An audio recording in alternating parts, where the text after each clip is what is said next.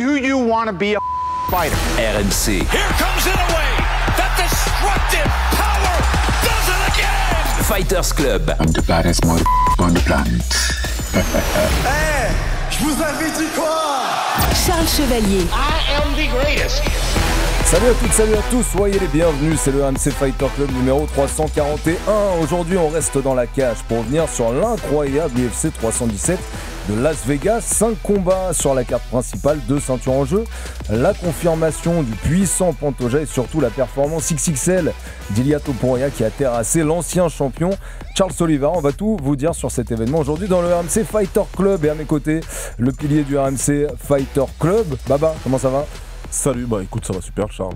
Gros event, super belle main card, on s'est régalé. Ouais, beaucoup de choses à dire. Hein. Ouais, beaucoup de choses à dire et beaucoup d'émotions surtout qui ont été vécues à travers ce combat principal notamment. Tony Starpini, t'es aussi avec nous. Ça va, t'as eu assez d'énergie pour tenir jusqu'à 7h et quelques du matin dans la nuit de samedi à dimanche ? Bah j'ai vibré jusqu'à 7h30.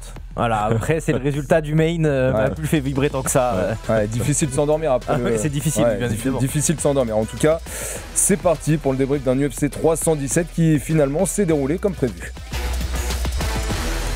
Et oui, comme prévu, parce que les deux favoris des title shots sont repartis de la T-Mobile Arena avec leur ceinture. Le combat le plus attendu, c'était celui pour les moins de 70 kilos. Il y avait beaucoup de projections sur ce fight, mais en fait, il n'y a pas vraiment eu de combat.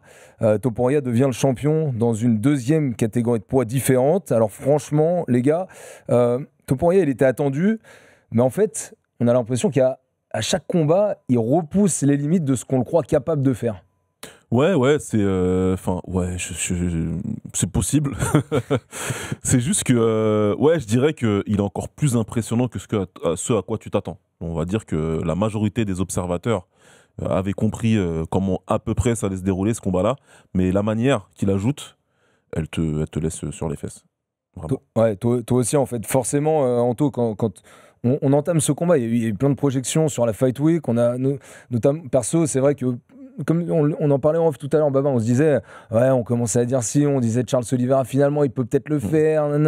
Après, on le voit à la pesée, il était creusé, Charles. Il était vraiment creusé. Moi, c'est là où je me suis dit, bon, ok, je pensais qu'Ilia allait gagner, mais en voyant ça m'a confirmé un petit peu sur cette pensée-là, même si dans la semaine aussi, je me suis dit, mais Charles, en fait, il peut le faire. Et finalement, je sais pas toi ton sentiment Anto, mais voilà ce côté inarrêtable, le taureau espagnol qui continue d'avancer et il s'arrêtera quand ? Mais en fait, c'est le genre de combat, surtout ceux d'Ilia Topuria, quand il augmente en difficulté, c'est tu penses avoir un résultat jusqu'à ce que la Fight Week commence et là tu te dis ah ok, non, ça peut quand même changer. Non, Oliveira peut le faire, si ça va au sol, s'il a le bon game plan. Non, mais regardez ce qu'il a fait contre Max Holloway. Max Holloway a montré un chemin, Do Bronx peut le faire. Et en fait, tu te rends compte que déjà Topuria célèbre avant sa victoire. Et en fait, tu te rends compte que dans le combat, dès l'entrée, et c'est Mickaël et Antoine qui en parlaient, Ocom, ils en parlaient après dans le débrief, c'est que dès l'entrée, Topuria savait qu'il allait gagner. Et que même Antoine ressentait que Topuria allait gagner même pendant l'entrée en fait de Topuria. C'est fou de se dire ça qu'en fait il a gagné mais rien qu'en entrant. Alors sur les entrées t'étais aussi à la présentation de cette soirée avec Thomas Desson sur RMC Sport. Baba, toi t'étais hyper alerte pendant toute la nuit, du coup t'observais aussi un petit peu tout, tu commentais un petit peu tout, tu t'es dit la même chose qu'Antoine et Mika à ce moment-là? Tu t'es dit le combat il est perdu d'avance pour Charles? Franchement, c'était compliqué. Toute la semaine, Topuria a donné une vibe de gars qui avait vu le film en avance. Il savait déjà, tu vois, il avait vu, il est revenu du futur, il a vu exactement comment ça allait se passer. Et puis, tu sais, il avait ce petit sourire en coin de méchant du film. Je l'avais dit, c'est ce que j'ai dit dans le direct. On dirait le méchant du film qui sait exactement ce qui va se passer, qui a un avantage indéniable. Et la confiance qu'il dégageait versus, justement, c'est peut-être... Ce que Charles Oliveira dégageait lui, je suis d'accord avec Anto, t'avais l'impression que c'était couru d'avance quoi. Ouais, mais Topuria c'est vraiment l'antagoniste de l'UFC, hein. C'est Madara, c'est Freezer, c'est Barbe Noire, il met KO tous les persos préférés. Et t'as raison quand tu dis c'est le méchant du film, c'est quand il rentre, en fait et on en parlera après plus dans l'analyse du combat, mais j'ai l'impression que dès qu'il rentre, tu sais il y en a qui disent il switch, mais j'ai l'impression qu'à ce moment-là, en fait Topuria il est déjà dans la zone. Il sait déjà ce qu'il va faire, il sait se mettre en condition pour être dans la zone et dire ce combat-là, c'est le mien, je vais le gagner, tout simplement. Ouais, mais je sais pas, moi avec ça, on a enregistré un épisode du Fighter Club avec Nassour Nimavov qui va sortir dans la semaine. En fait, Nassour, il raconte, il dit en fait, moi je suis confiant, de toute façon, quand je rentre, je suis confiant, je sais ce dont je suis capable de faire, etc. Et donc, pour Topuria, pourquoi est-ce qu'il afficherait pas une confiance aussi avec autant de certitude, tu vois, avec tout ce qu'il a montré, avec tout ce qu'il a déjà fait? Quoi qu'il arrive, je pense que dans tous les combats qu'on verra dans sa carrière, il montrera cette confiance. C'est pas un personnage, en fait, c'est vraiment ce qu'il a en lui. Ouais, c'est un gars qui est très confiant en lui. Il le dit dans les interviews d'avant et après combat. Ça pourrait paraître arrogant, la manière dont je parle. Le fait que j'ai visualisé les choses. Il le raconte dans le Countdown, quand il parle de son KO contre Max Holloway, où il dit, moi je l'ai vu, j'ai vu comment ça allait se passer. Je voyais, personne n'a jamais mis KO, mais moi je me voyais en train de le mettre KO, je l'ai visualisé, et derrière je l'ai fait. Donc...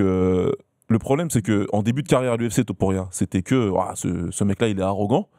Qu'est-ce qu'on va dire aujourd'hui? Cette victoire, il vient de mettre KO 3 légendes d'affilée. Ben, en fait, moi maintenant, à chaque fois qu'il va parler, je vais rien dire. Je vais juste attendre. Mais il est on le disait dans le post UFC 310, il est même plus si arrogant que ça, en fait. Non, c'est plus. Je sais pas, c'est plus le même. Toi, tu le vois comment? Il n'a pas un double discours, mais il l'a dit en conférence de presse d'après-combat, où il y a un journaliste espagnol qui lui dit « Ouais, t'as cette mentalité d'invincible, tu te sens vraiment invincible ?» Et il dit « Non. » Il dit « Non, mais je me sens pas invincible. Je fais en sorte de l'être. C'est que je sais que je suis battable. Je sais que potentiellement, un jour, un mec peut me battre. Potentiellement, n'importe qui peut me battre. C'est juste que mon entraînement, mon camp d'entraînement est tellement carré. Je fais tellement tout ce qui est en mon pouvoir pour que ma préparation soit optimale, que en fait, je fête ma victoire après le camp d'entraînement. Après, oui, il y a le poids. Après, oui, il y a le combat. Mais en fait, ces choses-là, j'ai tellement préparé que c'est même plus du stress. C'est que c'est en fait la soirée qui découle. C'est je me suis préparé, je me suis apprêté. Bah en fait, c'était maintenant, il faut juste vivre la soirée comme elle est. Il a une expression assez particulière où il dit que le combat se gagne à l'entraînement, ce qui est potentiellement vrai quand tu fais ta préparation. Et il dit qu'en fait, le jour du combat, il vient juste collecter la ceinture. C'est tout en fait. Mais moi, je sens ça aussi dans la cage. À la fin, j'ai un souvenir quand sa femme s'approche de lui. Il s'approche d'elle, mais c'est une journée normale au boulot, quoi. Comme s'ils avaient tous vu le film collectivement. Ils ont tous vu le film en famille avant et ça s'est bien passé. Et d'ailleurs, il y a eu cette séquence dont Anto a parlé, la veille au soir au restaurant. Ils sont une trentaine, peut-être, clan Topuria, rapproché, coach, etc. Et ils fêtent déjà la victoire d'un combat qui n'a pas eu lieu. Ça, est-ce qu'on prend ça comme de l'arrogance, justement, ou alors est-ce qu'on prend ça, en fait, comme un truc normal pour lui? Non, on peut pas. Enfin, là, ça va loin quand même. Ça va trop loin. Là, ça va loin. Alors, est-ce que c'est lui qui a provoqué ça? Peut-être que c'est quelqu'un de son clan qui a commencé à lancer quelque chose et lui a joué le jeu, mais non, a priori, il dit qu'il le fait souvent. C'est juste que là, ça a été documenté, donc ça se trouve, il l'a fait pour les autres combats. Maintenant, c'est sa manière à lui de fonctionner. On sait comment fonctionne le monde du MMA et tout ce qu'il y a autour. Le jour où il fêtera la victoire en avance et qu'il perdra, là, on verra que c'est un risque qui est compliqué. Pour l'instant, il a raison. Pour l'instant, il a raison. Et il a eu raison jusqu'au bout, parce que sur cette UFC 317 main event, du coup, vainqueur de Charles Oliveira, Ilia Topuria, qui prend une ceinture dans une deuxième catégorie de poids différente. C'est le 10e combattant et combattante à avoir fait ça dans l'histoire de l'UFC. Tu avais aussi dit, Baba, que tu appréciais qu'il ait laissé la ceinture des 66 vacante, plutôt que d'essayer de faire un champ comme à l'époque avait fait Conor McGregor notamment, en ayant 2 ceintures simultanément. Ce combat, les gars, qu'est-ce que vous en avez pensé sur les 2 minutes 27 qu'il y a eu à voir? Voilà, ça a été un récital, ça a été un combat où on a vu que même s'il était au sol, dans une position qui correspondait pas forcément à ce qu'il voulait faire, il savait s'en tirer. Ilia Topuria, il a montré 0 faille dans la nuit de samedi à dimanche. Je dirais pas 0. Parce qu'on observe, on regarde et on trouve des petits trucs. Tu connais, on est pointilleux et on va en parler évidemment. Mais on va commencer par le positif sur ces 2 minutes 28. Ça a été offensivement, c'est une performance exceptionnelle. Tout simplement. Il a établi son jab comme n'importe quel champion en anglaise le ferait, rapidement, en variant ses zones de frappe, en haut, en bas. Donc une fois que tu as établi ton jab, tu peux établir tes feintes, ce qu'il a fait aussi très rapidement. Et pas seulement avec ses bras, il a établi ses feintes sur la gestion de la distance. Donc au début, je rentre, puis après je rentre moins. Donc Oliveira, ils se sont obligés de couvrir. En fait, Topuria, ce qui m'impressionne, c'est qu'il est constamment en train de réduire la distance. Constamment. H24. Et de plein de manières différentes. Et Oliveira, il avait la bonne idée. Parce que Anto, tu me diras ce que t'en penses, mais moi j'entends beaucoup depuis samedi soir. Oliveira, il est venu avec zéro game plan, il a fait n'importe quoi. Non, il est venu avec un game plan, il a commencé à travailler avec ses jambes, notamment avec ses tips, avec ses low kicks. Sauf que dès qu'il a commencé à envoyer ses low kicks jambes arrière, Topuria est contre avec son jab, systématiquement. Et donc là, ça aurait été peut-être intéressant de travailler avec la jambe avant, mais moi je te dis ça, je suis assis sur mon fauteuil derrière mon micro, tu vois. Idéalement, contre un adversaire plus petit, oui, tu vas travailler avec ta jambe avant, en tip, en middle, pour essayer de le garder loin. Mais Topuria, t'avais l'impression qu'il avait réponse à tout.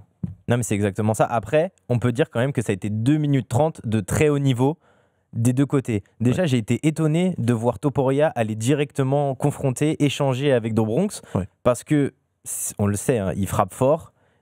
Et Topuria, je pense qu'il a senti que Do Bronx frappait fort, parce que le premier échange, oui, Topuria touche, Do Bronx aussi, et il recule.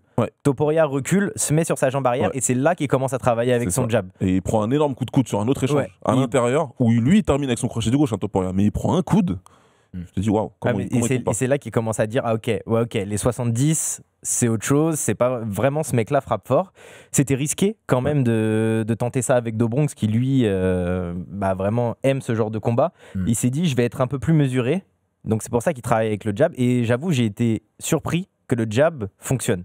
Il y a vraiment une déficit d'allonge. Et pourtant, ça touchait tout le temps. Et au début, donc je comprenais pas vraiment, mais en regardant le combat, c'est qu'en fait, en mettant tout le temps cette pression-là, en avançant tout le temps cette jambe avant, Do Bronx a fini par reculer et même limite à accepter d'en prendre plusieurs. Et c'est ça, je pense, qui lui a coûté la victoire, c'est qu'il a accepté d'échanger avec Topuria, qui oui frappe fort, mais qui est aussi ultra précis, que ce soit le jab ou quand il a fini avec le 2-3-2 en fait. Ouais, bien sûr. Et puis surtout, le truc, c'est que au-delà du fait que Charles il ait commencé avec les jambes, ce qui était plutôt une bonne idée, il lui a mis les mains dessus. Il l'a attrapé, tu vois, à un moment, il lui met les dents. Et là, on est tous, ok, moi je me redresse, je me dis, bon, on va voir quelque chose. Sauf que non, en fait. Topuria, rapidement, il arrive à neutraliser les attaques au clinch, puis dans le grappling, notamment sur ses attaques sur ses jambes. Il se relève comme il faut, et puis là, tu te dis, ça va être compliqué. Et t'as raison, Anto. À partir de là, Charles, quand il se relève de cette phase au sol, il se dit, all in. Tant pis. Je vais rentrer dans la distance. Sauf que 2 fois, il est rentré. Et la deuxième, il regardait le plafond. Donc du coup, Charles Oliveira, il y a aussi, forcément par rapport à sa taille, par rapport à ses segments, tu disais que tu étais étonné qu'il veuille réduire la distance. Il est aussi un petit peu obligé de le faire, Topuria, de réduire la distance. Par rapport s'il veut pouvoir appliquer son striking comme il a envie de le faire, il est obligé de le faire. Ouais, non, mais de toute façon, pour pouvoir frapper, il va devoir être à sa distance préférentielle à lui. Et le truc, c'est là où c'est fort, et je pense que c'est là où Anto met le doigt, c'est que tu as plusieurs manières de réduire la distance. Tu vas mettre beaucoup de pression. Pour schématiser pour tout le monde qui nous écoute à la Tyson, tu vas avancer, bob and wave comme on dit, tu vas passer sur les côtés des jabs et des directs de ton adversaire pour pouvoir te rapprocher, travailler au corps. Tu vas pouvoir aussi faire ce que Topuria fait très bien, c'est-à-dire que tu vas établir une distance avec ton positionnement à toi et avec tes feintes. Quand tu feintes, il y a 2 réactions que tu vas obtenir de l'adversaire. Soit il va frapper, mais comme toi t'as feinté, tu vas pas prendre les coups. Soit il va reculer. Son réflexe, ça va être de dire je sors de cette distance-là ou je vais me prendre un coup, tu vois. Et puis, tu as le mode Charles Oliveira qui, lui, dans sa tête, de toute façon, c'est un combattant. Lui, moi, je vais rentrer dans le feu, en fait. Puisque tu veux échanger, je vais échanger avec toi. Et une fois que Topuria avait cette information-là, que Charles, il voudrait pas spécialement reculer, et même s'il recule, c'est pas spécialement de son fait, et puis rapidement, il va se rappeler qu'il veut avancer, quand tu regardes le KO, c'est plus Topuria qui avance. C'est Charles qui vient. Mais ça, tout ça, c'est le travail qui s'est passé pendant 2 minutes avant. C'est là où il est impressionnant aussi, Anto, c'est qu'en fait, en 2 minutes et quelques, parce que les infos étaient dans la tête de Charles un peu avant, mais en 1 minute 30, il avait déjà envoyé tellement d'infos que Charles a dû réadapter tout de suite sa tactique, et du coup, il l'a tiré dans son piège, en fait. Mais ils ont un peu tous les deux adapté à chaque fois. En fait, quand je dis que c'est 2 minutes 30 de très haut niveau, c'est qu'ils avaient un game plan initial, mais t'as l'impression que les deux l'ont changé en même temps. Topuria se fait toucher. Il recule, je vais travailler avec mon jab. Ok, ça touche. Ok, il me touche avec son jab. Je vais le coller au clinch. Ça marche plutôt bien contre la cage. Mais en fait, Do Bronx, il est très bon au sol. Hein. Mais sa lutte gréco, elle n'est pas au niveau. Il s'est fait retourner par Dariush, il s'est fait retourner par Makhachev. Et là, aujourd'hui, il se fait retourner par Ilia Topuria. Donc la gréco... Et en plus, spécialité d'Ilia Topuria, ça n'a pas fonctionné. Est-ce que volontairement, il délaisse pas un tout petit peu cette partie-là de son jeu en disant si je vais au sol, de toute façon, je sais que je m'en sortirai à peu près? Oui, bien évidemment, il dit pas qu'il n'y a pas de souci, je vais au sol avec ce mec-là. Le problème, c'est qu'il a été au sol avec Makhachev, il s'est fait soumettre. Là, il a été au sol, donc il se fait retourner. Et c'est Topuria qui arrive à avoir la position donc, dominante. C'est même Et là où il a été fort, c'est qu'il a été chercher le crucifix, et c'est plus un travail d'équilibriste plutôt que vraiment technique, parce que vraiment tenir un corps humain qui fait aller peut-être 77-78 kilos le soir du combat au sol avec juste la partie que tu contrôles, c'est vraiment juste la partie du corps, techniquement c'est fort. Avec la puissance il a de la force aussi, et vraiment ça, à ce moment-là Topuria, Oliveira, comme le dit Baba, ok, techniquement je suis fini, que ce soit debout ou que ce soit au sol, techniquement c'est compliqué. All-in, on va faire comme contre Gaethje, il tombe, je le suis, s'il tombe pas, tant pis. Ouais, et puis même mentalement, hein, parce que ce passage au sol, il raconte aussi une histoire de patience du côté de Topuria, qui panique pas. En fait, il reste lucide, il panique pas. Il se dit, y a pas de problème. Même au sol, je vais faire ce que je sais faire. J'ai les skills qu'il faut. Il le montre face à un combattant d'élite comme lui. Sauf qu'il a déjà touché un tout petit peu, tu vois. Donc Oliveira, à ce moment-là, sa ceinture noire, elle a déjà perdu un petit peu de couleur. Et de toute façon, c'est dit et répété, hein, tu perds un petit peu à chaque fois. Donc non, Topuria, ce qu'il a montré là par rapport à cette séquence-là, offensivement, même au sol, tout est une histoire de précision, de timing et d'intelligence de combat. Ouais. Il y a un moment où tu t'es dit, Charles, s'il peut le faire, quand ils sont au sol et qu'il lui attrape la jambe. Franchement, non. Très franchement, à partir du moment où il lui a mis les mains dessus et j'ai vu la réaction de Topuria, l'aura d'invincibilité, elle m'a atteint moi aussi en fait. Là tu dis ouais, même là je crois que ça va pas le faire en fait. Ça a l'air d'être trop compliqué. C'est ça qui est dingue. T'as eu la même sensation toi? C'est plus quand il commence le combat. Topuria n'a jamais été comme ça. Il avait toujours un peu ce petit sourire, mais quand il commence le combat, il y a toujours une image sur Oliveira, une image sur Topuria. L'UFC, ils aiment bien faire ça à la prod, pour la réalisation, pour montrer le début du combat.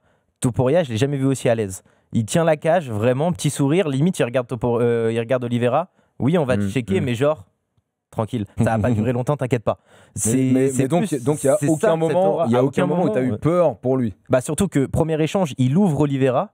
Ouais. Tu te dis ok, non, aujourd'hui ça passera pas. Et puis il prend le coude, il a c'est un énorme coude encore une fois qui il bronche même pas, tu vois. Donc là tu te dis en fait son opportunité à Oliveira elle était déjà là, il y en a déjà une première et ça l'a pas fait bouger, donc là c'est chaud quand même. Et le jeu généralement un peu trop ouvert de Charles Oliveira, là c'est ça qui lui a porté oui et non. Il l'a porté jusqu'à la défaite, non? Oui et non, évidemment que alors oui, dans le sens où il a déjà pris pas mal de coups en 2 minutes, donc tu voyais bien, mais ça on savait, ça c'était un secret pour personne. Il a des capacités de récupération aussi, Oliveira. Donc on s'attendait en fait à ce qu'il se fasse toucher par des coups. Ouais, mais tout comme à l'intérieur d'un combat, les grades peuvent baisser.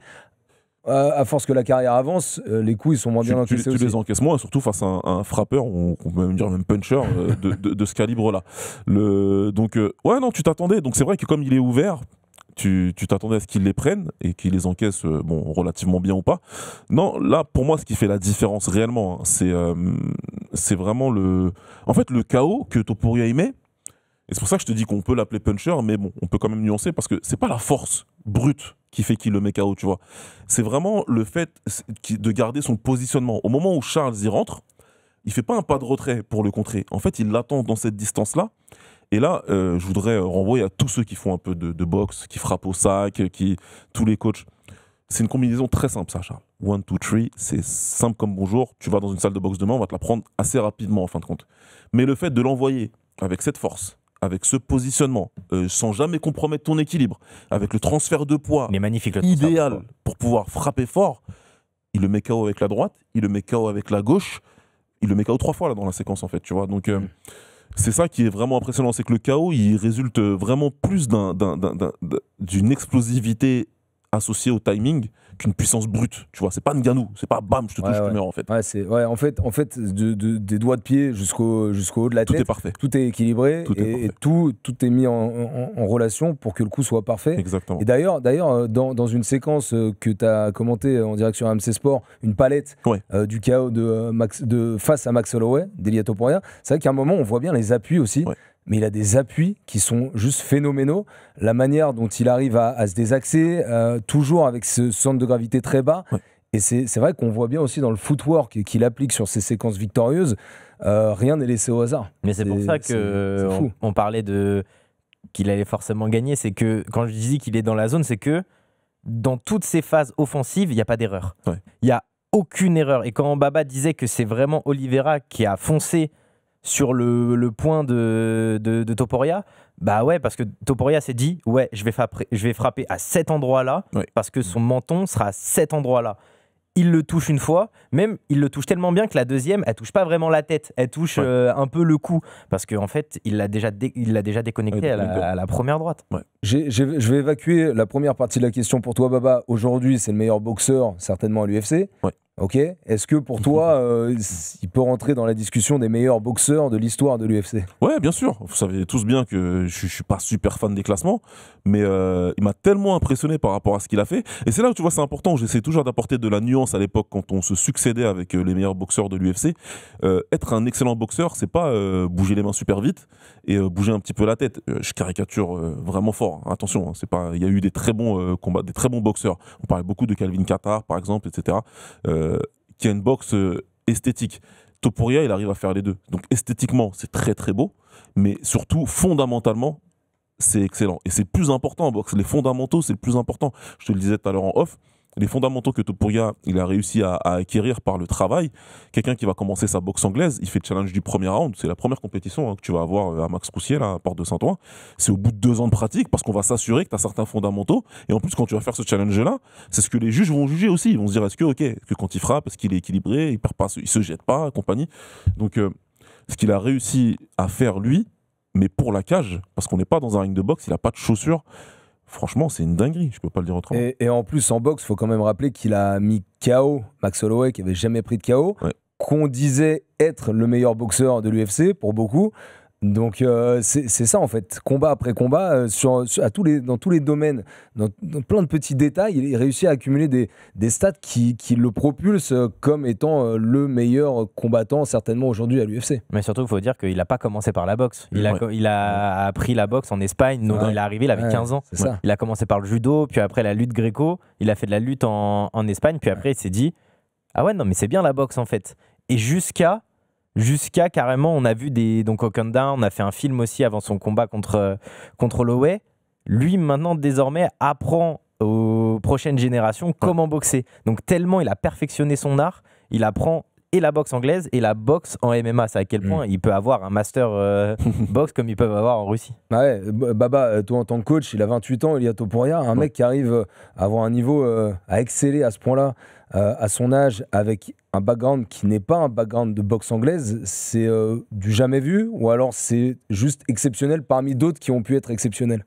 Non, c'est exceptionnel. Et c'est exceptionnel au sens premier du terme exceptionnel. C'est vraiment, il y en a très peu des mecs comme lui. Il y en a très très peu. Même tu prends en boxe, demande à des coachs de boxe, il y en a pas beaucoup que tu vois comme ça.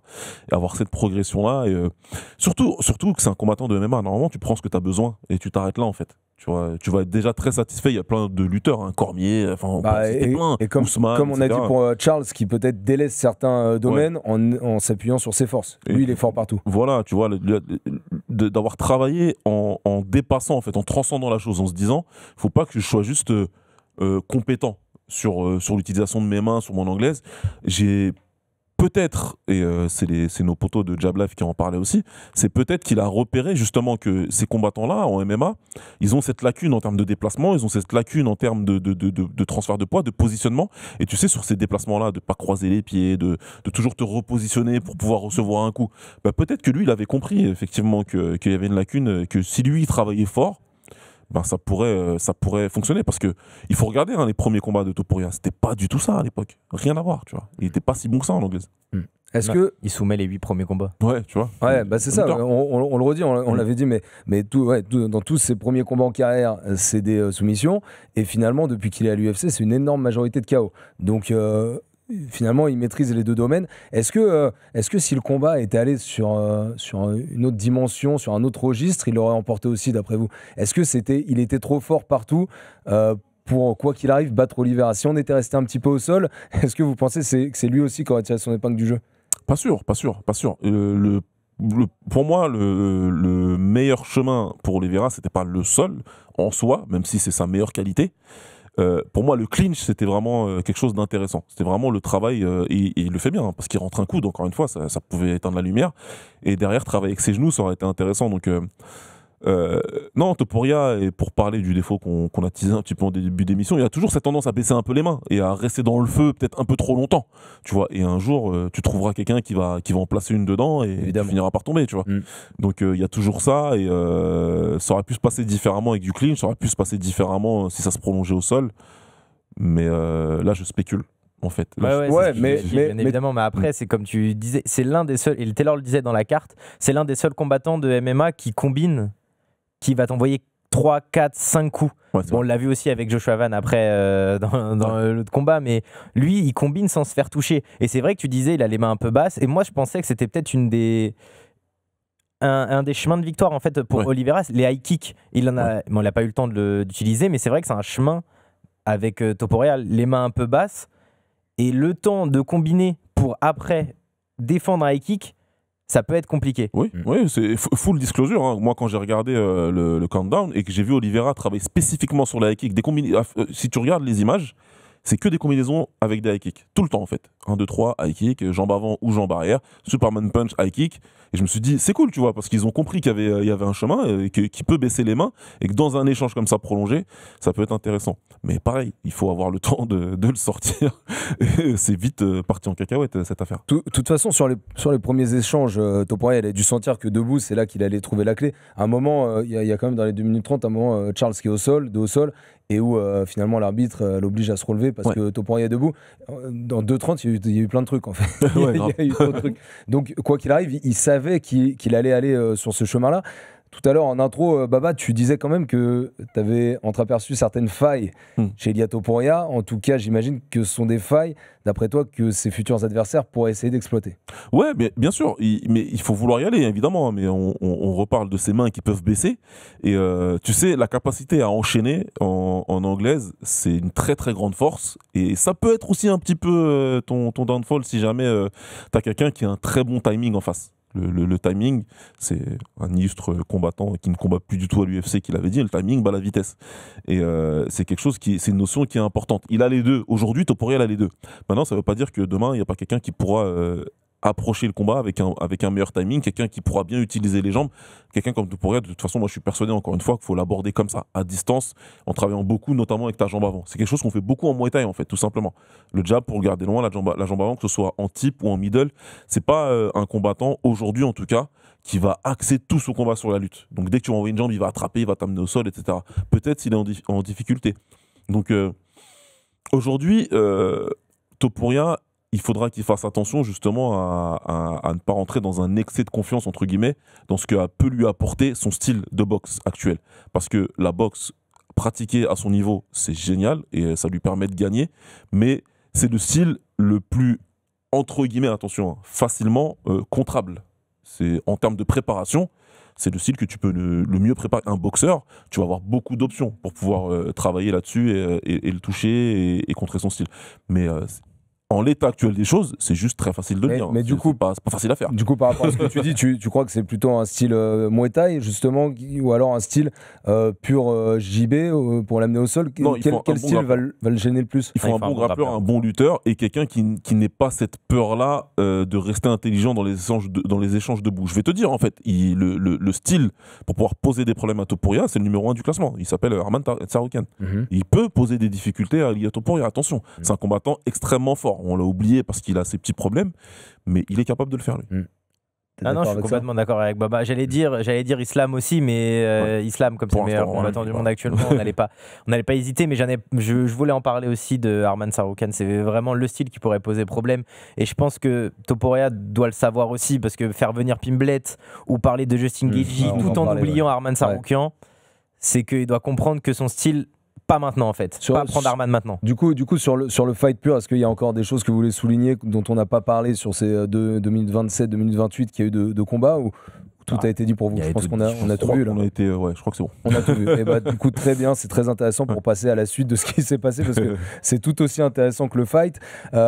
Ilia Topuria, sacré donc champion des moins de 70 kilos. Une catégorie qu'il vient d'infiltrer, Islam Makhachev étant monté en moins de 77 kilos, Alexander Volkanovski ayant remporté la ceinture des moins de 66, désormais c'est Topuria, donc le champion de la KT. Alors, il y a des options, notamment dans le top 5, possible. mais celle qui a fait intrusion dans la cage pour aller défier Ilia Topuria, c'est Paddy Pimblett. En fait, Paddy Pimblett, il a même été appelé par Ilia Topuria. Ça s'est fait un petit peu à l'inverse de ce que souhaite l'UFC habituellement. D'ailleurs, Dana White s'est même demandé quelle personne avait autorisé cette mise en scène. Son nez, il a dû s'allonger un peu, du coup. Ouais, parce que généralement à l'UFC, si Dana White donne pas son aval, ça se passe pas. J'ai du mal à le croire. Mais s'il était premier rang et qu'il a pu venir aussi facilement, certainement que Dana White a fait un petit clin d'œil en disant on y va. Gardons le bon soupçon. Est-ce que moi, je trouve ça un peu dommage. Je trouve que ça me plaît pas forcément ce genre de mise en scène, surtout qu'on l'avait eu juste avant avec Joshua Van qui était venu dans la cage pour aller pour faire un face-off avec Pantoja pour la future ceinture des moins de 57. Moi, ça me plaît pas du tout ce qui s'est passé. J'aime pas voir ça. Je trouve que ça fait trop faire. En plus, ils se bousculent à la fin. Il y a un côté fake qui me dérange un peu. Je sais pas ce que vous en avez pensé, mais en tout cas, déjà sur la mise en scène, j'ai pas aimé ça. Alors, je vais te répondre sur plusieurs niveaux. La première chose, c'est que, de toute façon, moi, j'ai jamais aimé ça, mais ça, j'en ai jamais fait secret. Maintenant, des fois, c'est nécessaire. En l'occurrence, dans cette catégorie-là, je pense pas que c'est approprié parce que il n'y a pas qu'un seul cas de figure possible. On a Arman Tsarukyan qui est le numéro 1, mais on a tous compris qu'il se fait taper sur les doigts là, depuis quelques mois maintenant et que ça va durer encore pas mal longtemps, sa punition. On a Justin Gaethje, moi c'est celui à qui j'ai pensé quand j'étais en plateau. Maintenant c'est vrai que c'est l'ancienne génération Gaethje et qu'en toute franchise tu faisais le combat demain, je pense que lui aussi il finit par regarder le plafond assez vite. Et c'est pas lui manquer de respect, hein, franchement voilà, lui aussi il a pas mal de lacunes à ce niveau-là en termes de défense en anglaise, donc ça ferait mal. Donc des options, il y en avait pas mal. Paddy Pimblett, soyons très clairs, l'UFC a eu un pic quand il y a eu Conor contre Khabib. Là, tu as littéralement les deux versions suivantes, en fait, 2.0 qui sont là pour recréer ce qui s'est passé la dernière fois. C'est un bon moment pour faire monter la sauce. Je crois pas que ce soit le prochain combat. Moi, j'y crois pas. Mais je pense que c'est la première pierre pour pouvoir avoir un méga fight en 2026. Ouais, il faut juste que Pimblett soit un peu plus légitime. Là, il est 8e au classement. Il a une montée à l'UFC pas forcément facile, mais il a une voie un peu plus facile que certains. On pense à Arman Tsarukyan, où pour lui, il n'a pas eu la voie facile du tout. Ouais. Mais pourquoi pas un dernier combat contre un top 5, Gaethje, ça peut même être Hooker, pour cimenter un peu cette place dans le top 5 et faire le combat contre Ilia Topuria. J'ai vu plein de messages, plein de posts sur les réseaux sociaux qui disent que c'est bien pour le MMA européen. Oui, forcément, c'est super. Mais ce combat-là, il ne se fera jamais en Europe. Enfin, je vois pas pourquoi. Je vois pas pourquoi il ne ferait pas ce combat-là aux États-Unis. C'est sûr. Mais c'est vrai, moi je suis d'accord. Tsarukyan, numéro 1 du classement, ça paraît totalement logique sportivement. Même dans le storytelling, enfin tout est ok. Gaethje, je suis un peu moins d'accord parce que je trouve que ces dernières années, c'est quand même pas. Même sa dernière victoire contre Fiziev, c'est peut-être pas, tu vois, le statement qui fait dire tiens, il mériterait de retourner pour une place de challenger, une ceinture. Gaethje, je suis un peu moins d'accord, même si c'est un des combattants que je préfère. Mais là, aller chercher Pimblett qui est 8e, en fait, c'est quoi ? Tu crois que ça lui a été soufflé de dire faut que tu ailles chercher Pimblett ? Tu crois qu'il a vraiment une haine contre Pimblett et du coup il a envie de l'affronter ? Tu crois qu'il se dit c'est un money fight de ouf donc je vais faire ça ? Qu'est-ce qu'il se dit Ilia Topuria en appelant Pimblett en fait ? Moi je dirais réponse 2 et 3. Il le déteste et ça c'est difficile de fake la détestation de quelqu'un et là tu sens que c'est réel quand même. Ouais. Et puis surtout c'est le méga money. Encore une fois 2020 si t'arrives à faire monter la sauce que les deux continuent à rester parfaits à l'UFC en 2026 ça te fait un combat de ouf. Et je suis d'accord avec Anto. On parle beaucoup de Madrid, etc. Non, mais ce sera pour les États-Unis. Prenez vos billets pour Vegas parce que ce sera à Vegas. C'est deux des combattants dans le top 10 des combattants les plus suivis à l'UFC. Topuria, là, il vient de dépasser Makhachev. Il a 10,5 millions sur Insta. Ouais. Pimblett, je crois qu'il approche les 5 millions. Je crois que t'enlèves Islam Makhachev des poids légers, t'as les deux mecs les plus suivis en moins de 70 kilos. Ouais. Paddy Pimblett, quoi qu'on dise, il a des supporters, il fédère, il a l'une des meilleures entrées de l'histoire de l'UFC. Là où sportivement il est un peu monté en flèche, je trouve qu'au niveau de la notoriété il est un petit peu descendu. On en parlait autour de Sean O'Malley, tous ces personnages qui ont été hyper sulfureux au début, qui étaient un peu foufou, finalement ils vieillissent, ils ont des enfants, ils se rendent compte que pour être hyper fort dans la cage, il faut être aussi hyper rigoureux à côté. Et donc au final je trouve que le perso Pimblett il est un petit peu descendu, je sais pas ce que vous en pensez. Il est un peu moins fou. Ouais, peut-être. Je t'avoue que je fais pas vraiment attention à ce qu'il fait en dehors de quand il combat, donc je sais pas trop. Mais c'est aussi un peu ça qui l'amène à un potentiel title shot. Ouais, c'est ce qu'il fait en dehors du combat. Moi, je pense que il a déjà réussi à construire quelque chose et sa notoriété, enfin, en tout cas, la hype qu'il a, elle vient de la destruction de Chandler. C'est Chandler, attention, hein, il est rincé, Chandler, il faut le dire, que ce soit bien clair. Mais quand même, il l'a dominé de la tête et des épaules, il l'a frappé, il l'a tabassé même devant tout le monde. Donc ça reste dans la tête des gens. Et puis voilà, après, il y a l'histoire personnelle. Les mecs se sont embrouillés, se sont même tapés. Hein, c'était l'année dernière, je crois. Ou un peu plus que ça, c'était l'UFC 282. Voilà. Donc, c'est encore une fois, à l'UFC, je pense qu'ils ont quelque chose de potentiellement extrêmement lucratif dans les mains. Maintenant, ils essayent de faire attention, et je pense que Dana White, il essaye de faire attention. Et puis aussi, le fait que Dana White, il nie tout ça en conférence de presse, faut pas se mentir. On est l'International Fight Week. C'est assez rare que tous les combattants possibles pour le prochain combat d'Ilia étaient présents dans la salle. Ça, c'est pas quelque chose qui arrive normalement, tu vois. Donc toi, quand t'es le boss, tu redescends, tu croises tous les mecs dans le couloir. Donc t'as Geji, tu vas le croiser. T'as l'autre, tu vas le croiser. Tu dis, non, attends, vous m'aviez dit que c'était moi. Là, vous faites des trucs de fou, vous m'humiliez, moi je suis venu pour rien en fait, tu vois. Donc l'autre, il vient en conférence de presse en disant non, mais c'est pas moi, hein. Moi j'ai rien autorisé. Comme ça, il reste un petit peu tranquille, mais bon. Ouais. Mais il se vend tout seul, ce combat. Il se vend tranquille, tu vois. Ouais, les mecs qui parlent, ils étaient déjà chauffés, l'UFC 282. Il y a une très belle histoire. Après concrètement, Ilia, il va se vendre tout seul, peu importe qui tu mets en face. Hein. Oui, maintenant, là, maintenant, il arrive dans cette sphère-là. Il arrive dans cette sphère-là. Il est dedans. Ouais. Du coup, je sais pas, mais Herman devant, on va voir si ça va bien. Mais Tsaroukian avant contre lui, je sais pas si ça se vend facilement. Tu crois à l'époque, un McGregor, Donald Cerrone, même si Cerrone, il a une cote aux États-Unis.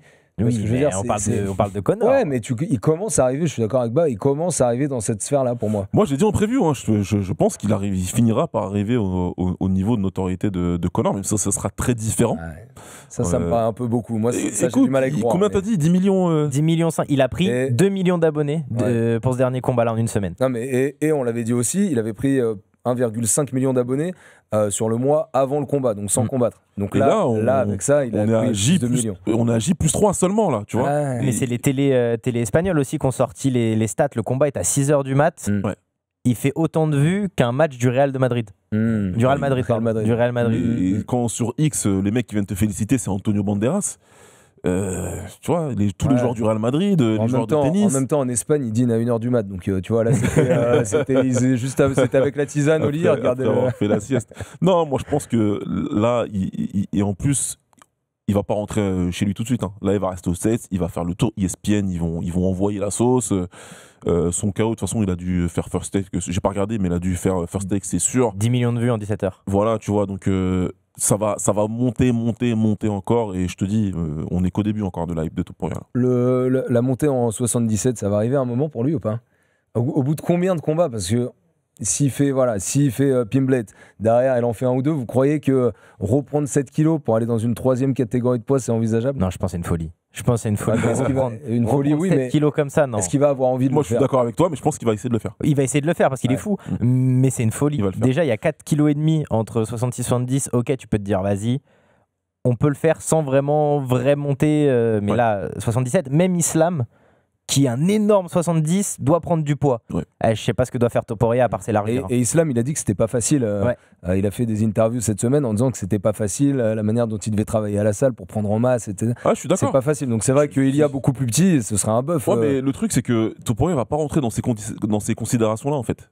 Tu vois ce que je veux dire ? Il veut éteindre. Il va pas aller pour s'installer en 77 parce que moi, contrairement à ce que beaucoup de gens pensent, je crois que Makhachev va pas redescendre. Je pense qu'il va en 77 pour rester là-haut et essayer justement de choper la ceinture et de la défendre pour pouvoir vraiment cimenter sa carrière.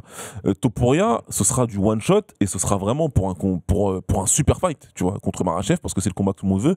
Makhachev, lui, de son côté, avec ses managers, ils vont dire il y a pas de problème, mais tu viens à 77, moi je redescends pas à 70. Lui, il va pas je te donnerai pas l'avantage. Non, mais jamais. Je te donnerai pas cet avantage-là. Au contraire, si je peux te retirer un avantage, je vais te le prendre. C'est ça, l'alignement de planète envisageable pour voir Topuria monter, c'est que ça devienne impossible d'esquiver le combat entre Makhachev et Topuria et du coup que Topuria monte. C'est du super fight. Conor, quand il est monté, c'est parce qu'il y avait la perspective de faire une ceinture qui était accessible en plus de ça, tu vois, à 77. Derrière, il est redescendu à 70, même si ça a pris beaucoup de temps parce que tout ce qui s'est passé, il est redescendu à 70, il s'est réétabli à 70. Il a fait sa trilogie avec Ned Diaz parce que les mecs, ils étaient rentrés dans une guerre d'ego pas possible, alors que les deux sont des 70 kilos, c'était un peu n'importe quoi, tu vois. Donc, moi, je le vois le faire plus tard. Il en a rigolé dans son interview d'après combat en disant l'UFC m'a fait promettre de ne pas parler des 77 kilos après le combat. Donc il a tenu sa promesse de ne pas en parler. Mais tu vois, rien que le fait qu'il évoque ça te dit non, mais le mec, de toute façon, il va y aller, quoi. Il le fera.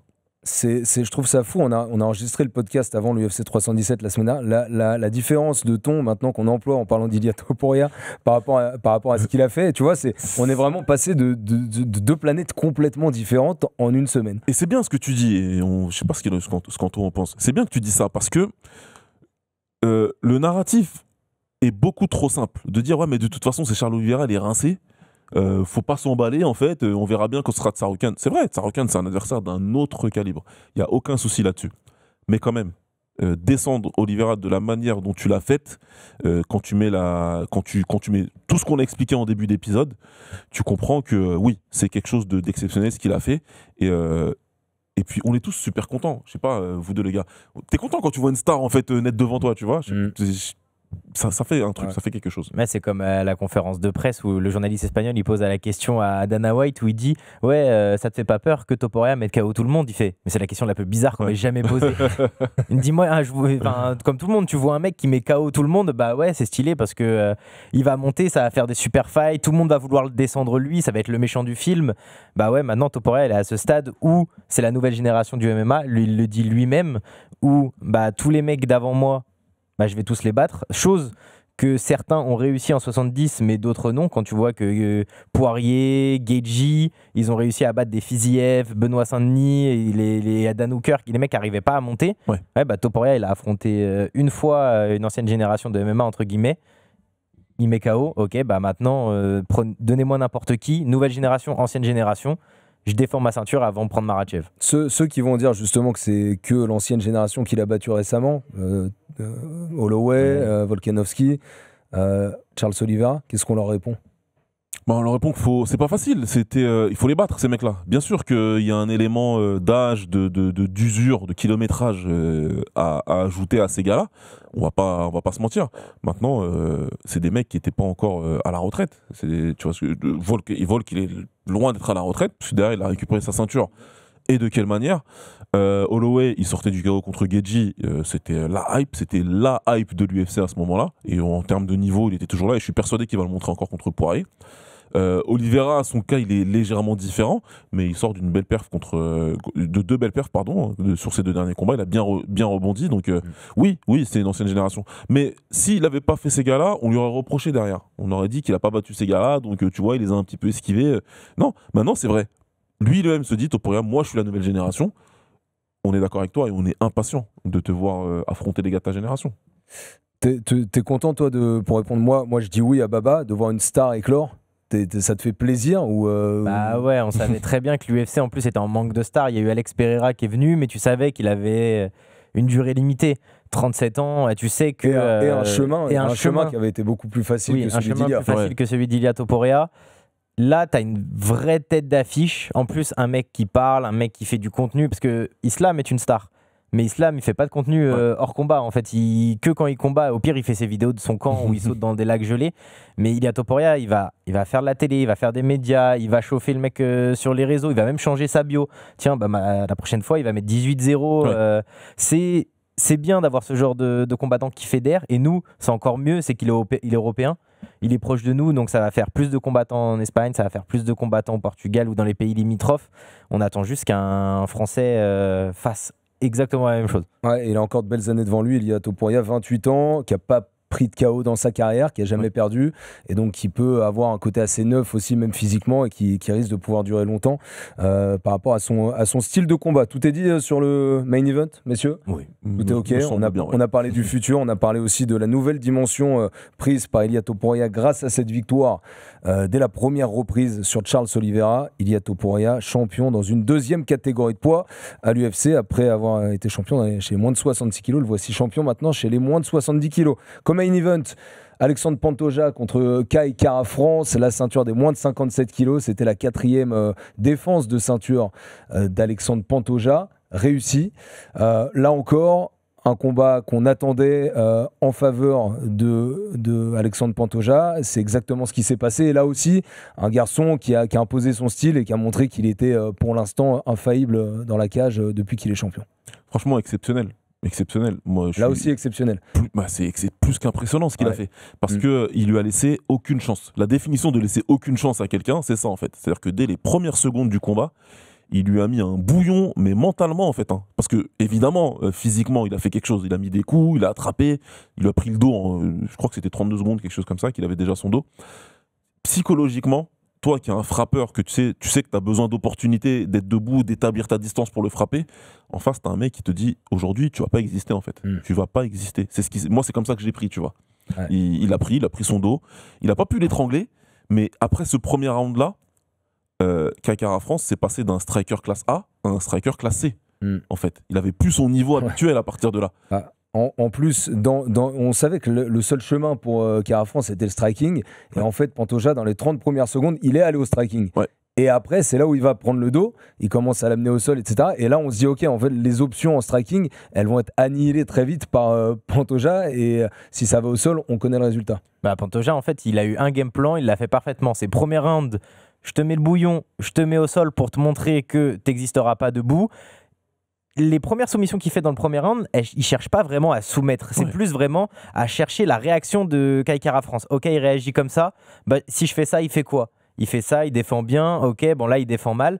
Pas de souci, le premier round, il est passé. Le deuxième, c'est pas la même chose. Il est plus dans la gestion. Pantoja, il fait ok, je récupère tranquillement. Mais personnellement, au deuxième round, je me dis le troisième, il est fini. Ouais. Parce que Pantoja a récupéré. Pantoja a eu les réactions au sol, les réactions debout. Ça n'a pas loupé. Il a accéléré 2 fois dans le troisième round. Donc 2 crochets larges, un crochetage. Et le crochetage, il est magnifique en plus. C'est que ça a été si simple pour Pantoja. Et dès qu'il a pu prendre le dos, l'étrangler, il l'a fait. Kai Kara-France, il a résisté parce que c'est son caractère. Limite, il allait s'endormir. En fait, ça a été juste trop simple après dans le troisième round. Et par rapport à son striking, je pense qu'il travaille aussi les défenses de takedown, généralement, Kai Kara-France, pour les éviter, pour réussir à rester debout. Normalement, c'est un domaine dans lequel il est bon. Ouais. Et là, pareil, Pantoja, il a annulé toutes ses qualités. Ouais, mais le problème, c'est quand t'as un mec comme ça qui te rentre dedans tout de suite, qui réduit la distance en frappant, pas juste en avançant sur toi, c'est en frappant. Donc, en te montrant, j'ai pas peur d'échanger avec toi de toute façon. Même dans la boîte, on va échanger, il n'y a pas de problème, j'ai pas peur de ton punch. Et puis... dans le deuxième, en fait, il reste debout la plupart du round. Il reste debout.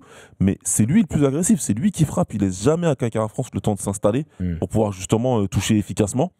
Donc après, dans le troisième, c'est fini en fait. Le jalon psychologique qu'il a posé dans le premier, dans le deuxième, sur deux dimensions différentes du combat. Après, c'est dur. Franchement, après, c'est super dur. Et qu'est-ce qui se passe début troisième? L'autre, il vient, il t'attrape encore, il te jette par terre, il prend le dos. Même début deuxième, il ose plus avancer. Non, mais il veut pas avancer dans le deuxième. Il ose plus avancer. Mentalement, il est déjà cuit par ce qu'a fait Pantoja. Le premier round, il est déjà rentré dans sa tête, en fait, Pantoja, et il lui dit si tu t'approches trop de moi, je vais te faire la même chose que dans le premier. Mais comment tu veux défendre la lutte d'un mec où, en pleine accélération, il t'envoie une balayette? Non, il n'y a même pas de accrochage. Ce que tu dis, je l'ai en tête là. Non, c'est fou ce qu'il fait. C'est des trucs que tu faisais au collège. Tu prenais le mec qui mettait une balayette.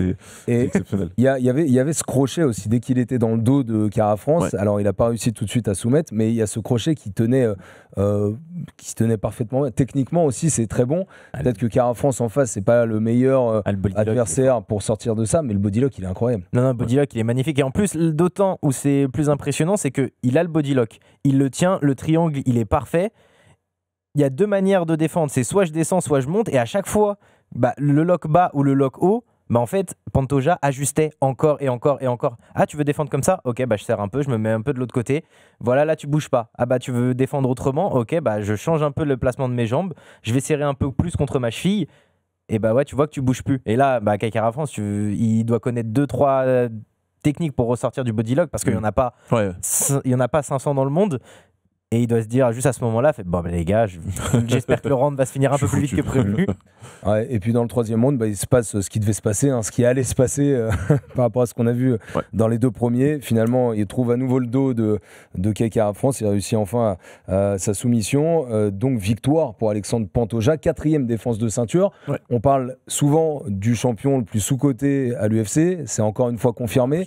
Et peut-être aussi par rapport à son run là, de 4 défenses de ceinture consécutives, c'est le champion avec le plus de défense actuel, hein, avec le plus de défense consécutive. Et pourtant, pour l'instant, je crois qu'il est 8 ou 9e au classement Pan Fan Pound de l'UFC. Il y a un problème. C'est le champion le moins respecté de l'organisation par son organisation. En fait, c'est pas sous-côté, c'est le moins respecté. Ça m'énerve parce que, tu sais, il est venu combattre comme si il avait un message à passer. En mode, vous me respectez pas, je vais vous montrer en fait quel est mon niveau. Derrière, vous plottez déjà, vous avez mis un combat sur ma main card. Déjà, vous me mettez en main card, mais c'est jamais une garantie avec eux.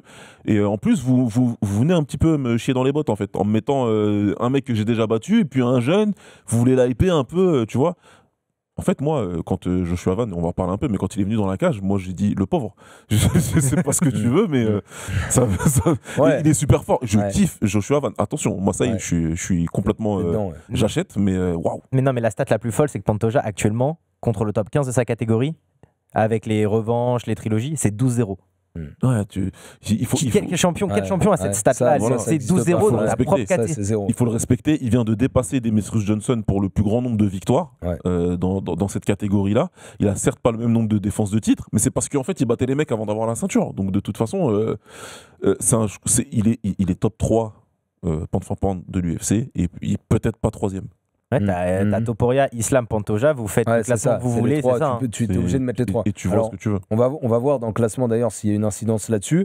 Il nous reste plus beaucoup de temps, les gars. On va du coup parler de Joshua Van. Ce qui s'est passé, c'est que Joshua Van combattait juste avant ce fight contre Brandon Royval. Il a gagné contre Royval. Et du coup, ils lui ont dit tiens, viens te remettre au premier rang tout de suite après ton combat. T'inquiète, les dopages, les machins, on les fera après, on pourra s'arranger. et du coup, il était premier rang, nickel. Et à la fin du combat, il a été appelé dans la cage. C'est le combat qui va se faire pour cette ceinture des moins de 57 kilos. Ça met quand même un vent de fraîcheur dans cette catégorie. C'est bien. Oui, c'est bien. On a eu des revanches et des revanches pendant des années. Donc c'est super cool. Et puis en plus, franchement, il est plus que fun, ce mec. Il est plus que fun. Moi, il me fait kiffer, ce combattant, réellement. Donc une anglaise comme ça, précise, intelligente, agressive, 419 coups. Pour les deux. Porté pour les deux. Ouais. Record 2025. C'est un truc de malade, tu vois. Donc ils nous ont fait un spectacle à la Dragon Ball Z. Merci beaucoup, messieurs.